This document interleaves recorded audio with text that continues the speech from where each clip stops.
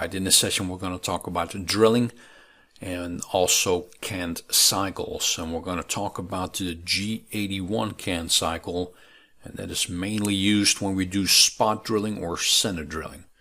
We do a center drilling operation to create a little starter pocket for our drill so our drill doesn't walk as it enters the top surface of a part.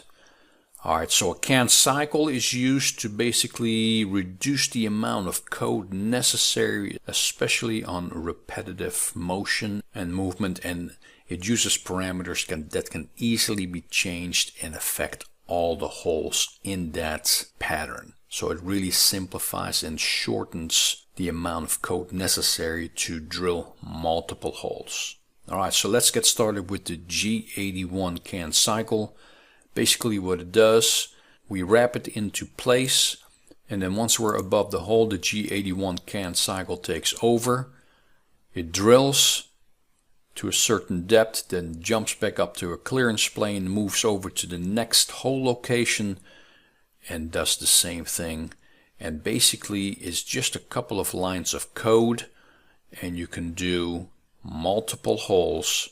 Let's say you have 100 holes, it would only take 2 lines of code to give it the depth, the feed, and the clearance plane, and then all you need is the X and Y locations of each hole, and the G81 canned cycle will take over and do that operation at each location or each coordinate in that canned cycle. So let's take a close look at what that code looks like. Alright, in our previous video we talked about face milling, and so that was the portion of the program that I already wrote, and so the center drilling operation will be the next operation we're going to do, and I want to kind of show you the format we're going to be using going forward as we're doing multiple operations. So each time we add an operation we have to add information in the top of the program. So I've added the tool description. Tool number 5 is a number 6 center drill. Alright, so then we did the face milling operation, and then now followed by the center drilling operation. Now I want you to notice that I am transitioning from a face milling operation to a center drilling operation. So what happens after I mill, I wrap it to a Z 1-inch clearance plane. I turn the spindle off, I turn the coolant off, I home out in Z, and then on that next line we need to add a G90, and then we're going to do an optional stop using an M1. So if the optional stop on your control is turned on, then when it sees an M1 the machine will stop and wait for you to hit cycle start again. If that button is not active, it will just continue running the rest of the program. So then the very next thing you want to do is you want to put a message above the next cycle, so when you read that program you can see what that operation is going to do.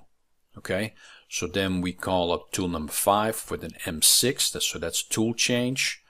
Then we wrap it into position in relation to G54 to our first hole location, X 0.5, Y minus 0.5. We turn the spindle on to S1200 M3 clockwise rotation. We call up the tool length offset with a G43, H5, and we wrap it to Z 1-inch above the part, and then we turn on the coolant. Alright, then we go into our geometry portion, which in this case is our canned cycle, our G81 canned cycle. So the G81 canned cycle is telling the center drill to go to a depth of Z minus 438, and when it wraps into position it goes to a clearance plane of 100 thousandths above the part. It feeds to that Z minus 438 depth with a feed rate of 2 inches per minute. Okay, so the first hole was done at this X 0.5, Y minus 0.5 location. Then the G81 canned cycle gives it the parameters, and then all you have to do is give it the XY locations of the additional holes in that hole pattern, and it will perform these parameters. Now, the one thing I want you to notice is the G98 looks at the clearance plane before we got into the can cycle. So in between holes, you can see the red lines. We are jumping up to a 1-inch clearance plane, okay, between holes. Now, if we change that to a G99, then notice those red lines lowered, and what it does, it jumps up to this R1, which is a retract plane of 100 thousandths. So when it rapids between holes, it's only 100 thousandths above the part. You know, a lot of times when you have a lot of holes in a hole pattern, you may not want to make all those extra moves and just stay right above the part, and it reduces the cycle time. So notice that the G98 and the G99 affects the clearance plane. Okay, very important. So as soon as we're done with that whole pattern, we cancel the can cycle with a G80, and then we have the same footer information where we turn off the spindle, we turn off the coolant, we home out in Z, we home out in Y, we put the machine back in G90 or absolute mode, and of course our M30 rewinds the program back to the beginning.